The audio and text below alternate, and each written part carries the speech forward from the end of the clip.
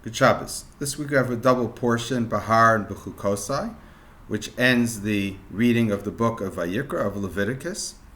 I think it's important to understand in the beginning of this week's portion what the Torah is actually trying to do.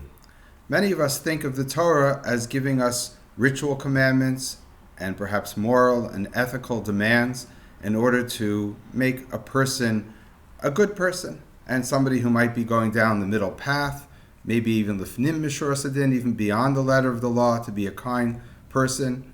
But in actuality, the Torah goes much further. If you think about it, in Mishpatim, back in Shemos, it laid down the basic laws, how to act, who's responsible, damages, things of that nature.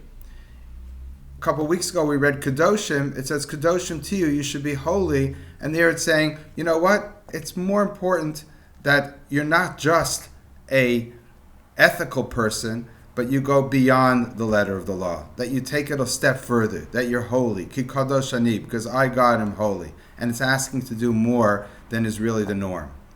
But in this week's portion, what we have is the Torah trying to establish a society which reflects those ideas.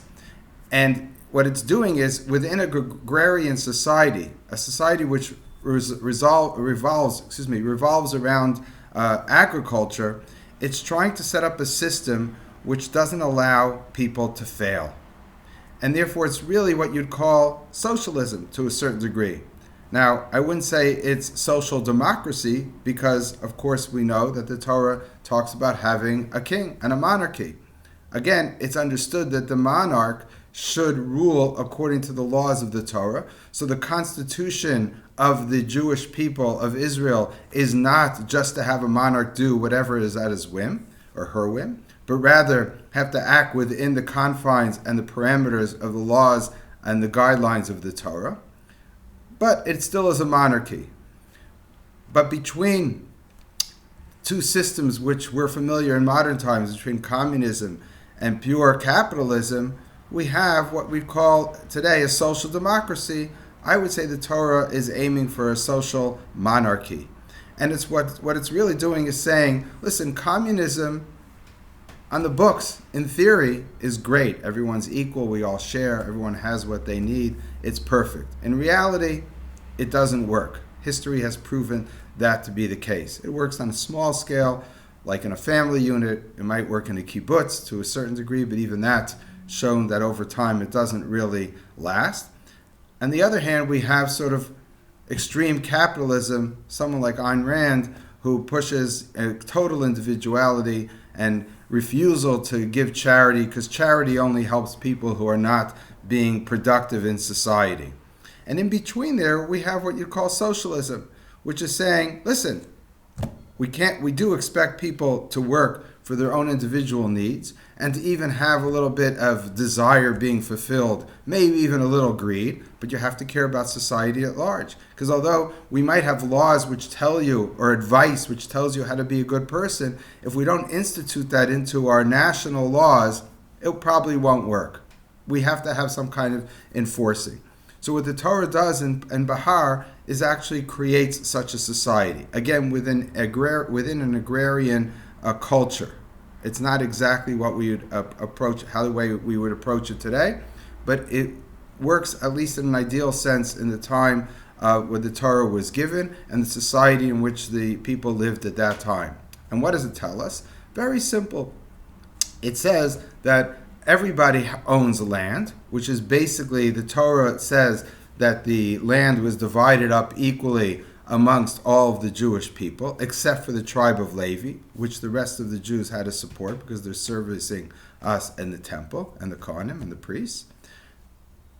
But otherwise, everyone has their own piece of land, and therefore they could live and they could subsist on what they produce for themselves. Some might become wealthy, some might not do as well, but everybody has a chance to make a living.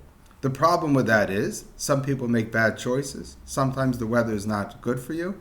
There might be a million different elements which cause us to fail in our attempts to be successful in farming. And what happens is someone gives up. They have to two things. They have to sell themselves sometimes into slavery because they can't live on their own. And again, in our social democracy, we just have a support system when somebody is failing. But that support system will say, okay, you work for somebody else who owns a farm and is successful, and you'll have your needs met. And the Torah goes out of its way to make sure that you treat a slave, even a Jewish slave, in a way which is not harsh. Whether that worked in reality is also a question which might have to be discussed. But the attempt is to soften the conditions that a slave would find themselves, and therefore they would be able to survive. And the other thing that they could do is, besides selling themselves into slavery, they would also have to sell their land, or that might be the first step.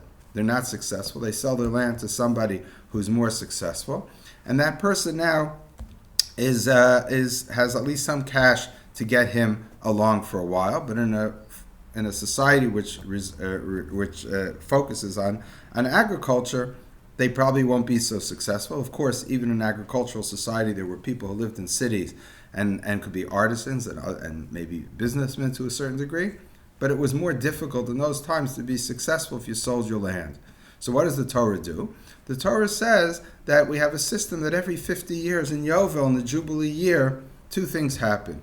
Krasem drar b'chol haaretz, krasem drar ba'aretz, you call out freedom in the land, and all slaves go free. There's generally, you're only supposed to keep a slave for 6 years and goes free in the 7th year. But a Jewish slave has a choice of becoming somebody who works until the Jubilee year. And of course, I'm only talking about Jewish slaves. We do have to deal another time with the fact that there's non-Jewish slaves and Eved Kanani, which is dealt with differently. But we'll have to leave that for another time. But the Jewish slaves have a right or have to be let go after 6 years. If they choose to stay, they might benefit from it. But even that, no one wants to be an Eved La'olam, a servant forever and ever. So it's after 50 years. Again, not everyone lived past 50 years, but it's not only him. It might be his children. It might be the whole family. They're able to go free. And going free without a way to make a living is not not a formula for success. So the Torah also says, you know what? Give back the land. Every land that all lands that you might have bought during the 50 years goes back to its original owner. So therefore, you never really own the land forever when you buy land. Ki li kol haaretz, because it's all God's land. God's saying, listen, I'm the government. I'm the one who rules. I'm the one who tells you what must happen. And therefore, you have to give back the land. You have to give everyone a fresh start. So there's a land redistribution every 50 years. And in a sense, what the Torah has set up is, in that society, instead of having welfare payments, we have ways to support poor people. Besides some of the other institutions that when you're farming, you have to leave grain and a corner of your field, and every third year give a tithe, a tenth of your produce to poor people. So there are other acts of charity which are mandated if you own a farm and you're producing, and therefore. But eventually, that's not going to be you're not going to be successful doing that because you're still living on charity. You have to get a chance. Again, it might not be that person. It might be their son. It might be their grandson or even their great-grandson. But eventually, there's a correction in society where we don't have what happened in many parts of the world. We have a feudal system where the few own all the land and everyone else is a serf on that land. That would happen within a 50-year period, but then there's a correction. So what I would say is that on the one hand is pure capitalism, sort of individuality, and no mandate to give charity. Communism is on the other side. Both of those don't work. The Torah is what I call social monarchy, which is the equivalent of a social democracy when you then update the way society survives and exists in modern times. Good Shabbos.